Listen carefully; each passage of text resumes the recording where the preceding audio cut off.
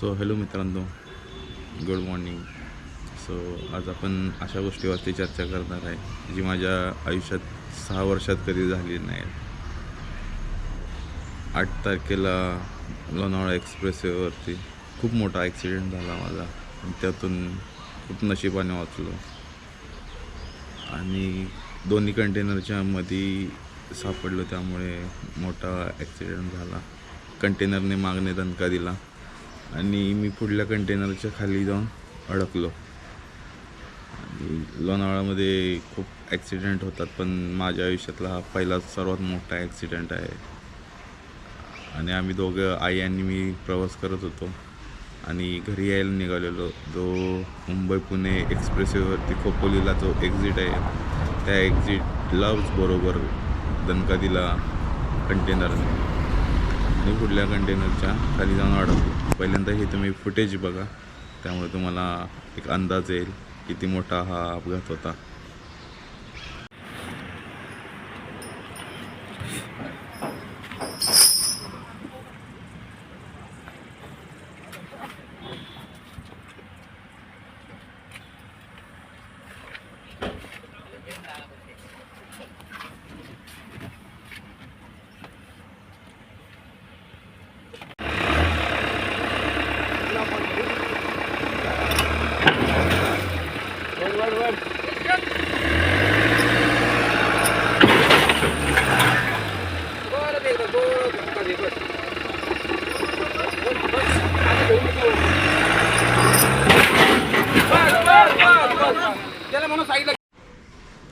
ज्यावेळी पुढला कंटेनर एका स्पीड ब्रेकरला स्लो झाला, म्हणून मी पण स्लो झालो.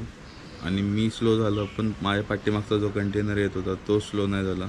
त्यानं खूप मोठ्या जोरात दणका दिला आणि पुढल्या कंटेनरच्या खालीचा बंपर असतो तो तोडून खाली आतमध्ये घुसलो आणि अडकलो. पण त्या समोरच्या कंटेनरवाल्याला समजलंच नाही की खाली गाडी अडकले किंवा काहीतरी ॲक्सिडेंट झाला आहे. तो तसाच जवळजवळ 100-200 मीटर पुढे घेऊन गेला. एक सेफ जागेमध्ये एक लेडीज तिथं मसर चारायला होती. तिने आवाज दिला की मागं ॲक्सिडेंट झाला आहे. तेव्हा तो थांबला एक सेफ जागेवरती आणि नंतर लगेच एक 10-15 मिनटात हायवेचे, एक्सप्रेसवे हायवेचे पोलीस, ॲम्ब्युलन्स, रोड सर्व्हिसचे जे लोक होते ते पटकन आले. पाठीमागचा जो कंटेनर होता त्याचं म्हणणं असं होतं की माझा ब्रेक फेल झाला, पण त्यानं दणका दिला आणि त्यानं गाडी बरोबर व्यवस्थित थांबवली. एक सांगायचं कारण म्हणून त्यानं सांगितलं की आपला ब्रेक फेल झाला म्हणून मी दणका दिला. असं असतं तर तो कुठेच थांबला नसता. त्याने परत एकदा दणका दिला असता किंवा दुसऱ्या कुठल्या तरी झाडावर अडकला असता किंवा तो स्वतः पलटी झाला असता. कारण तो पूर्णपणे लोणावळा घाटाचा उतारच होता. खोपोलीला एक्झिट घेतो आपण, पूर्णपणे एक्झिट होता. कुठे ना कुठेतरी त्या गाडीचा पण अपघात झाला असता जर खरंच ब्रेक फेल.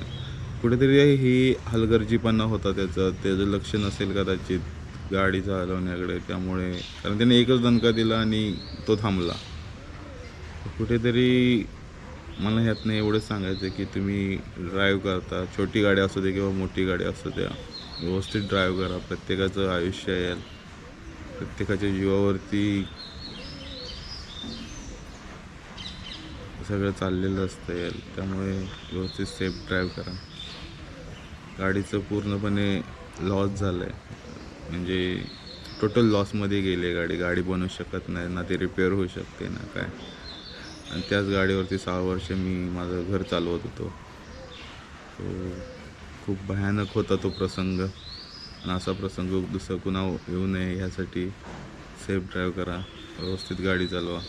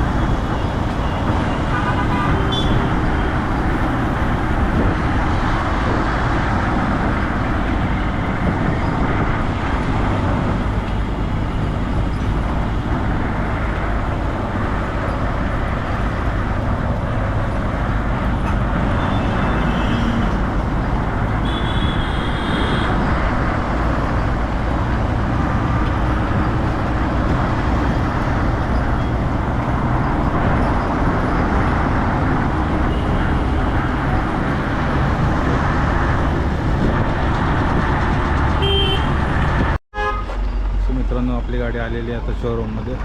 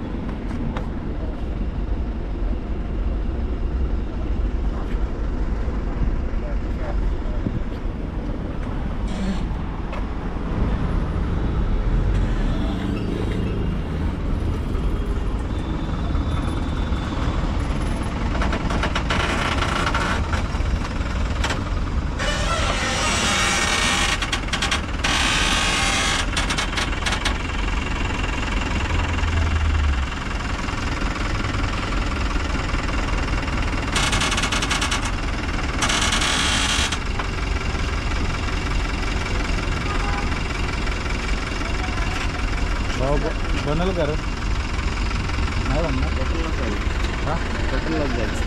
कुठेतरी एक गोष्ट पण थोडीशी मला जाणवली की ॲक्सिडेंट झाला. परत त्या ॲक्सिडेंटवरती हायवेच्या पोलिसांनी लोकल पोलिसांना खोपोलीमधल्या बोलवलं. तिथे इन्स्पेक्शन झालं. 2 दिवस गाडी पोलीस स्टेशनला होती. RTOने इन्स्पेक्शन केलं. त्यानंतर मला FIR दिलं. FIR दिल्यानंतर बोलले कोर्टामध्ये तुला जे काही नुकसान भरपाई आहे ते कोर्टामधून भेटेल. हे सगळं 2 दिवसानंतर सगळं सॉर्ट आऊट झाल्यानंतर काहीतरी पोलीस परत मला पैसे मागायला लागले की एवढं सगळं आम्ही केलं, इन्स्पेक्शन केलं, स्पॉटला आलो, थोडंफार काहीतरी दे, असं तसं.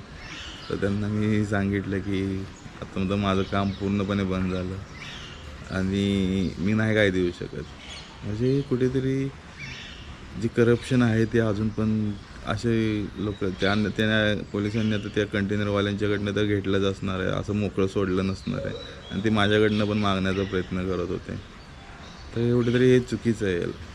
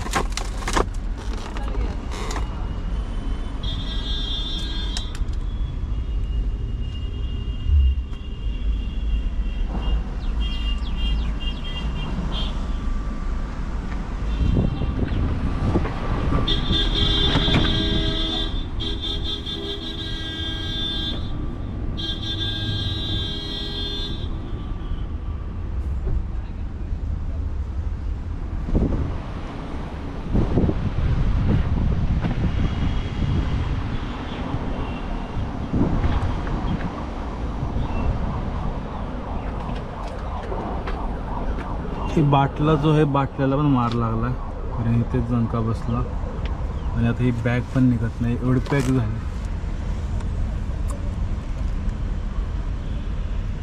शोरूमवाले बोलतात टोटल लॉस आहे गाडी, गाडी बनणार नाही आता. आणि जरी बनवली आपण पैसे घालून तरी ती व्यवस्थित रिस्पॉन्स नाही देणार, व्यवस्थित चालणार नाही. कारण गाडीच्या चेसीला आणि इंजिनला मार लागलाय जोरात.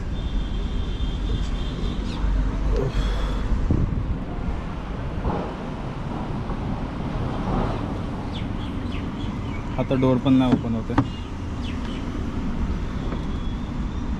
इथे आई बसलेली आणि इथून सीटफिल्डमुळे वाचलो आम्ही. या ठिकाणी बघू शकतो पार्क सुरू झाला आहे, सगळ्या गोष्टीचा वेंट वगैरे सगळे निघालेत. तर काचला हात नाही लावता येणार कारण काच लागेल हाताला. आतमध्ये बघू शकता सगळं उदसलंय. विचार करा कसला भयानक ॲक्सिडेंट असेल. बॉडी पूर्ण वरती उचलली हे बघा.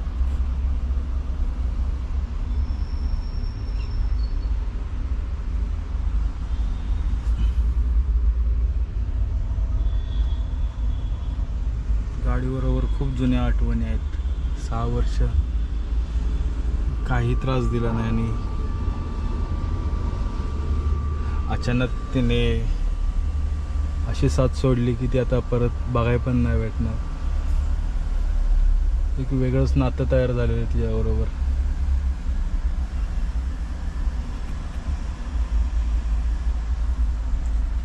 गाडी जरी निर्जीव असली तरी तिच्याबरोबर जी अटॅचमेंट होती ना खूप वेगळी होती. एवढा वेळा मी प्रवास 4 लाख 4.5 लाख किलोमीटर झालेलं जवळजवळ 6 वर्षात. कधी रोडवरती असा इन्सिडेंट्स नाही घडला लाईफमध्ये पहिल्यांदाच. तोही एवढा मोठा. तिने आम्हाला वाचवलं पण आम्ही आता तिला वाचवू शकतो की नाही काय माहिती.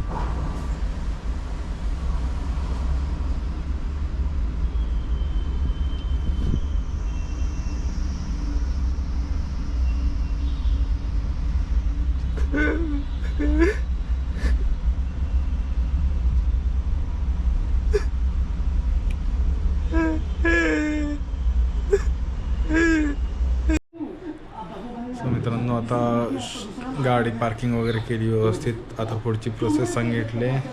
गाडी टोटल लॉस आहे. सो आता इन्शुरन्सवाले जे काही अमाऊंट सांगतील तेवढी देतील, जे काय व्हॅल्युएशन आहे ती.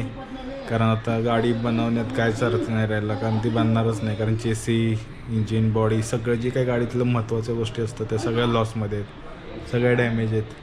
त्यामुळं गाडी बनणं शक्यच नाही. त्यातनं पण जर बनवायची म्हटलं तर 4.5 ते 5 लाख रुपये खर्च आहे.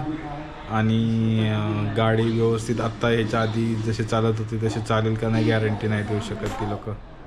त्यामुळे त्यांचं सजेशन आहे की गाडी टोटल लॉसमध्येच जाऊ दे. मी त्यांना खूप बोललो की काही 1% तरी आहे का वाचवण्याचा किंवा बनवण्याचा, तर नाही बोलली बनवण्यात काय अर्थ नाही.